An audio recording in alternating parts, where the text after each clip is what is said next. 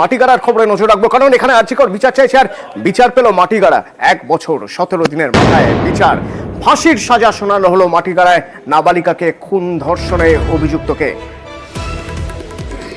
শিলিগুড়ি আদালত এই ঘটনায় ফাঁসির সাজা দিল অভিযুক্তকে।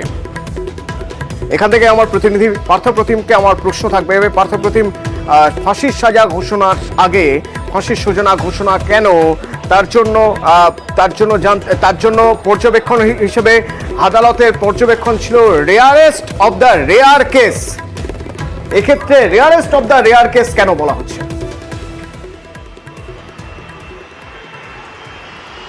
এখন তোমাকে জানিয়ে রাখি যেটা সেটা হলো যে এই স্কুল ছাত্রীটি যখন শিলিগুড়ির দার্জিলিং মোড় সংলগ্ন যে স্কুল, সেখান থেকে যখন ছুটির পরে বাড়ি ফিরছিল, সেই সময় তাকে অপহরণ করা হয়। এটা হলো প্রথম ক্রাইম।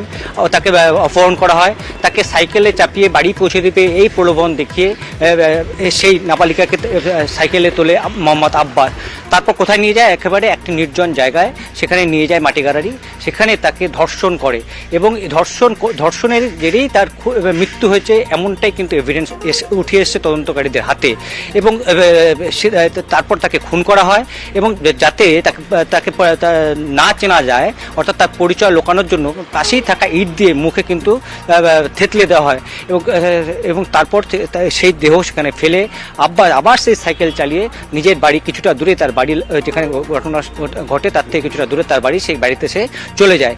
অর্থাৎ একদিকে যেমন অপহরণ করা হয়েছে, তারপরে ধর্ষণ এবং ধর্ষণেই খুন, একাধিক আঘাতের চিহ্ন পাওয়া গেছে এবং যেসব নমুনা ফরেন্সিক ল্যাবে পাঠানো হয়েছিল, সব মিলিয়ে যে এভিডেন্স হাতে এসছে, তাতে স্পেশাল পিপি স্পষ্টত দাবি করেন এটা rarest of the rare case. আর সেই জন্যই এই মামলায় যে মূল অভিযুক্ত, যে তাকে দোষী সাব্যস্ত করে গত 4 September additional district and session জাজ ফার্স্ট কোর্ট শিলিগুড়ির, তাকে তার ফাঁসির সাজা দিতে হবে এবং 6টি ভারতীয় দণ্ডবিধি 6টি ধারায় তাকে দোষী সাব্যস্ত করা হয়। শেষমেশ 2টি ধারাতে, একটা হল 302 এবং পক্সো আইনে, পক্সো কোর্টে কিন্তু তাকে আজকে ফাঁসির সাজা ঘোষণা করা হয়।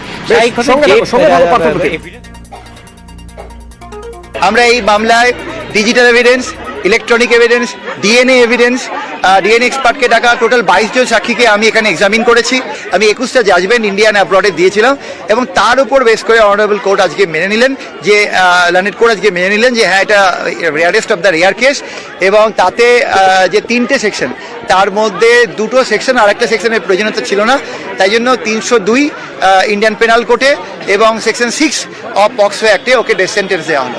আর কিডন্যাপিংয়ের জন্য সেকশন 7 বছরের সাজা দেওয়া হলো এবং 10 লক্ষ টাকা ভিকটিম কম্পেনসেশন স্কিমে ওর বাড়ির লোককে দেওয়ার জন্য যেটা আইনে আছে সেটা প্রপোজ করা হলো।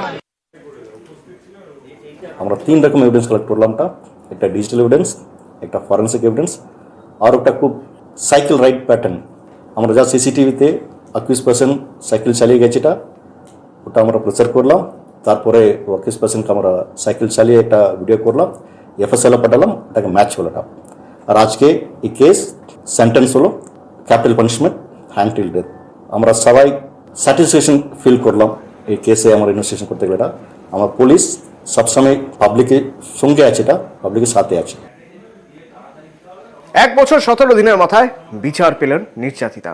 কিন্তু এই শুনানির সময় বা এই বিচার করার সময় কি কি সমস্যার সম্মুখীন হতে হয়েছিল জানবো। পার্থপ্রতিম রয়েছেন আমার সঙ্গে সরাসরি। পার্থপ্রতিম,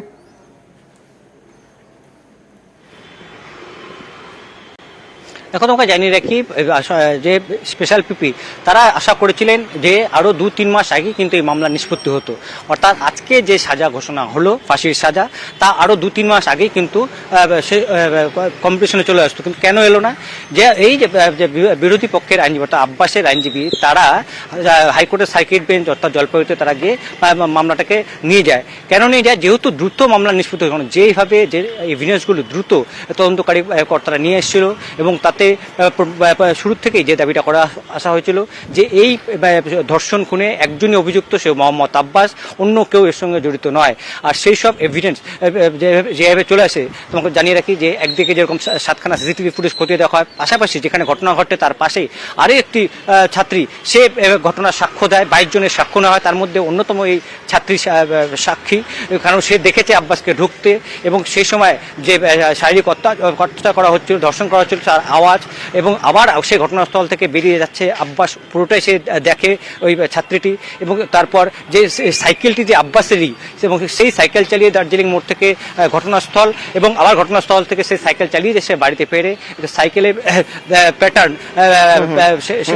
সেটা ব্যবহার করা হয়, এবং যে রক্তের দাগ পাওয়া যায় এই আব্বাসের ব্যবহৃত গেঞ্জিতে, এই পোশাকে, এবং ডিএনএ যে টেস্টের যে নমুনা আসে মিলে যায়, তাই যখন এই মামলাটি তদন্ত দ্রুতগতিতে এগোচ্ছিল অ্যাডিশনাল সেশন ডিস্ট্রিক্ট সেশন জাজ ফার্স্ট কোর্টে, সেই মামলাটি যাতে আর পেছানো যায়, কেন দ্রুত সমাপ্তি হবে, সেই জন্য আব্বাসের আইনজীবীরা চলে যায় জলপাইগুড়িতে সার্কিট বেঞ্চে, হাইকোর্টের সার্কিট বেঞ্চে, কিন্তু সেখানে মামলা টেকেনি, আবারও ফিরে চলে আসে এই শিলিগুড়ি আদালতে, এবং এর জন্য প্রায় 2 থেকে 3 মাস পেছালো এই মামলা। তারপরেও 2 থেকে 3 মাস পিছলেও তারপরেও 1 বছর 17 দিনের মাথায় বিচার।